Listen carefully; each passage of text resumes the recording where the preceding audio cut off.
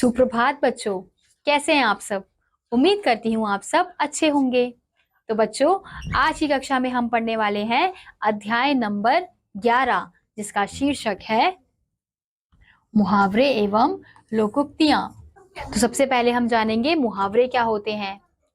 ऐसे शब्द समूह या वाक्यांश जो अपना सामान्य अर्थ न देकर विशेष अर्थ देते हैं, मुहावरे कहलाते हैं। जैसे आंखों का तारा होना। मुहावरे का अर्थ है बहुत प्यारा, बहुत प्यारा होना। मुहावरे का अर्थ है बहुत प्यारा होना है। जैसे माता पिता के लिए उनकी संतान आंखों का तारा होती है, यह इसका विशेष अर्थ है, सामान्य अर्थ नहीं। तो वे वाक्यांश जो सामान्य अर्थ ना देकर विशेष अर्थ प्रकट करते हैं, उन्हें हम क्या कहते हैं? मुहावरे कहलाते हैं। तो मुहावरे के प्रयोग से कही गई बातें प्रभावशाली बन जाती है। यानी कि मुहावरों का प्रयोग हम वाक्यों में इसलिए करते हैं ताकि हमारी जो बात है, जो हमारा वाक्य है, वो कैसा बन जाए? प्रभावशाली बन जाए। तो मुहावरों और उनका वाक्यों में प्रयोग। मुहावरे और उनका वाक्यों में प्रयोग। तो यहाँ पे हमें कुछ मुहावरे दिए गए हैं और उनका वाक्यों में किस प्रकार से प्रयोग किया जाता है वो दिया गया है। तो सबसे पहला है बाएं हाथ का खेल, यानी कि आसान कार्य। तो इसका वाक्य में किस प्रकार से प्रयोग होगा? रामानुजन गणित में बहुत होशियार हैं। किसी भी प्रश्न को हल करना उसके बाएं हाथ का खेल है। तो हमने यहाँ पे देखा कि किस प्रकार से वाक्यों को प्रभावशाली बनाने के लिए मुहावरे का प्रयोग किया गया। ऐसे ही अगला है आंख लगना, यानी कि नींद आना। तो मानसी बहुत आलसी है, पढ़ते पढ़ते अक्सर उसकी आंख लग जाती है, यानी कि नींद आ जाती है। तो इसका हमने सामान्य अर्थ ना लिखकर हमने इसका मुहावरे में प्रयोग किया। ऐसे अगला है टूट पड़ना, यानी कि हमला बोलना। जैसे ही चूहा अपने बिल से बाहर निकला, बिल्ली उस पर टूट पड़ी। ऐसे अगला है मुंह की खाना, यानी बुरी तरह हार जाना। शत्रु हमारे देश पर बार बार हमला करते हैं, परंतु उन्हें हर बार मुंह की खानी पड़ती है, यानी कि बुरी तरह हारना पड़ता है। से अगला है पीठ थपथपाना, यानी कि शाबाशी देना।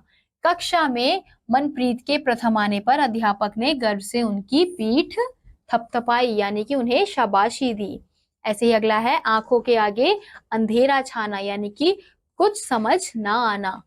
चोरी की खबर सुनते ही सेठ हीरामल की आंखों के आगे अंधेरा छा गया, यानी कि उसे कुछ समझ नहीं आया। ऐसे ही अगला है इतिश्री होना, यानी कि समाप्त होना। अपराधी को फांसी की सजा मिलते ही मामले की इतिश्री हो जाएगी, यानी कि समाप्ति हो जाएगी। ऐसे अगला है हवा से बातें करना, यानी कि बहुत तेज भागना। राणा प्रताप का घोड़ा चेतक हवा से बातें करता था, यानी कि बहुत तेज भागता था। अगला है नाक कटना, यानी कि अपमानित होना। तुम्हारे गलत काम के कारण ही तुम्हारी नाक कट गई, यानी कि तुम अपमानित हो गए। ऐसे अगला है खून खौलना, यानी कि गुस्सा होना। तुम्हारा यह व्यवहार देखकर मेरा खून खौल रहा है, यानी कि गुस्सा आ रहा है। ऐसे ही अगला है अंगारे बरसना, यानी कि गुस्सा होना। 2 बार गुस्सा होना। अंगारे बरसना यानी कि गुस्सा होना। गरीब पर जुल्म देखकर उनकी आंखों से अंगारे बरसने लगे, यानी कि वो गुस्सा होने लगे। तो बच्चों, इसी के साथ आपको यहाँ पे और कुछ मुहावरे और उनके अर्थ दिए गए हैं,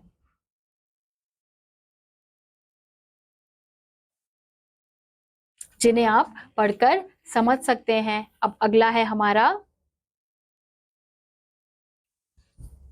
लोकोक्तियां या कहावतें, जिन्हें हम कहावतें कहते हैं। लोक उक्ति अर्थात लोगों में प्रचलित उक्ति, जैसे काला अक्षर भैंस बराबर। कहावतें लोगों के अनुभवों के आधार पर बनती हैं। ये बातचीत करते समय अक्सर लोगों द्वारा प्रयोग में लाई जाती है, इसलिए ये लोकोक्ति भी कहलाती है। लोकोक्ति के प्रयोग से भाषा सुंदर व रोचक बन जाती है। यानी कि लोकोक्ति यानी कि कहावत कैसे बनती है? लोगों के अनुभव से, जो वो अनुभव करते हैं उसी को हम कहावत कहते हैं। अब यहाँ पे हमें लोकोक्तियां और उनका वाक्यों में प्रयोग, कुछ लोकोक्तियां दी गई हैं और उनका वाक्यों में किस प्रकार से प्रयोग हुआ है वो दिया गया है। तो सबसे पहला है आगे कुआं पीछे खाई, यानी कि सब और विपत्ति का होना। तो अब इसका वाक्य में किस प्रकार से प्रयोग हुआ है? आकाश की आज ट्रेन छूट गई, अब वह क्या करे? घर वापस जाए तो पिताजी से डांट और ऑफिस जाए तो बॉस की डांट। यह तो वही बात हुई, आगे कुआं पीछे खाई। तो हमने देखा कि एक पूरा वाक्य समाप्त होने के बाद लोकोक्ति यानी कि कहावत का प्रयोग किया गया है। अब अगला है अपनी करनी पार उतरनी, यानी कि अपने कर्मों के अनुसार फल पाना। साल भर कोई खेलता रहा तो कोई पढ़ता रहा। परीक्षा में अपनी करनी पार उतरनी तो सबके ऊपर लागू है। ऐसे ही अगला है अंधों में काना राजा, यानी कि मूर्खों के बीच कम पढ़ा लिखा भी समझदार माना जाता है।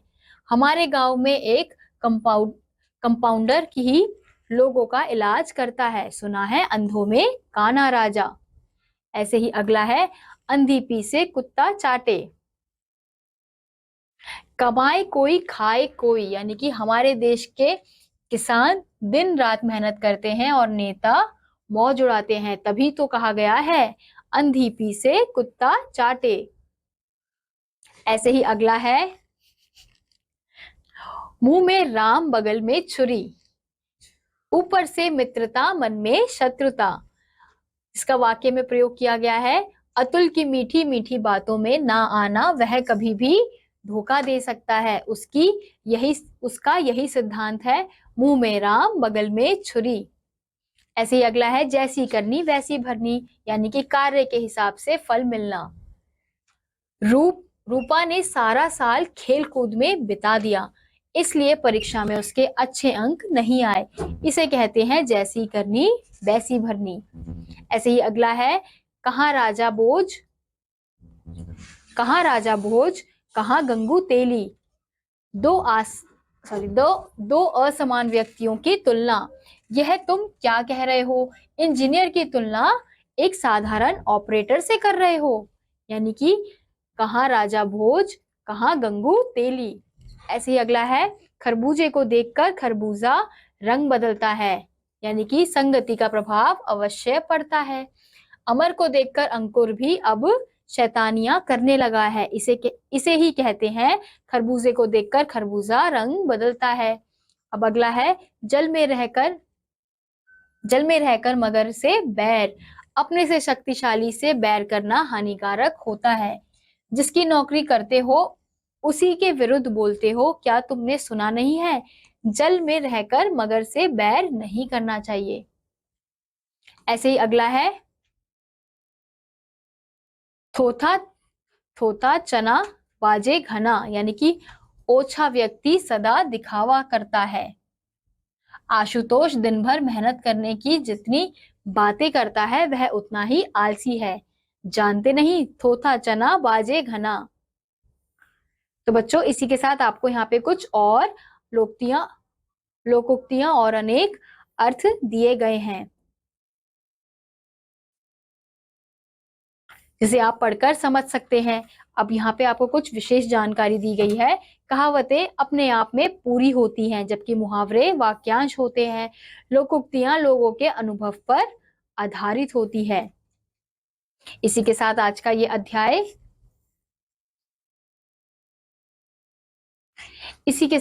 ये अध्याय यहीं समाप्त होता है। उम्मीद करती हूँ आपको यह अध्याय समझ आया होगा। मैं आपसे मिलूंगी अगली कक्षा में, तब तक के लिए नमस्कार।